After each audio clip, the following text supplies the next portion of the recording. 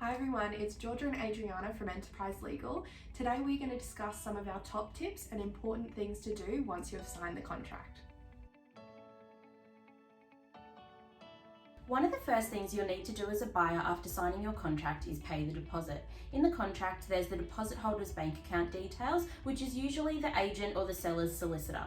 So once you pay that deposit, always provide us with a copy of the receipt so we can forward this on to the seller's solicitor to notify the parties that you've paid.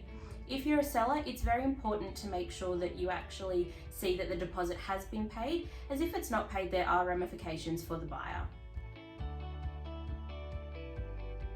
The next most important part once you have signed your contract is to contact the bank. For buyers, it's important to contact either your broker or your banker to ensure that your finance application continues to go through smoothly. If you provide them a copy of the contract, they will have all of the critical dates to ensure that all timelines are met. That's right, Georgia. And for sellers, it's really important to make sure you equally contact your bank if you've got a mortgage over the property. We need to give banks as much time as we can to follow that process through with releasing your mortgage. So it's important you do that once the contract's signed and not after the contract goes unconditional.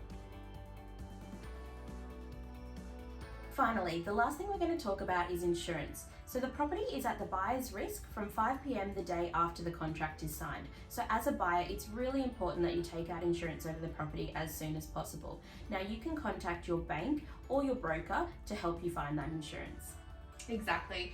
And sellers, even though this might be the case, we highly recommend that you do not cancel your insurance until after settlement has taken place, just in case for any of the number of reasons settlement doesn't go through, we do still want you to be covered.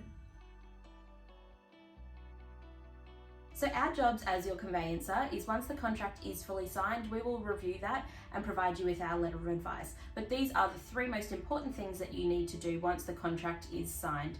Now, if you want to find out any more information or have any further questions, contact myself or Georgia on the below details and we'll be sure to help you.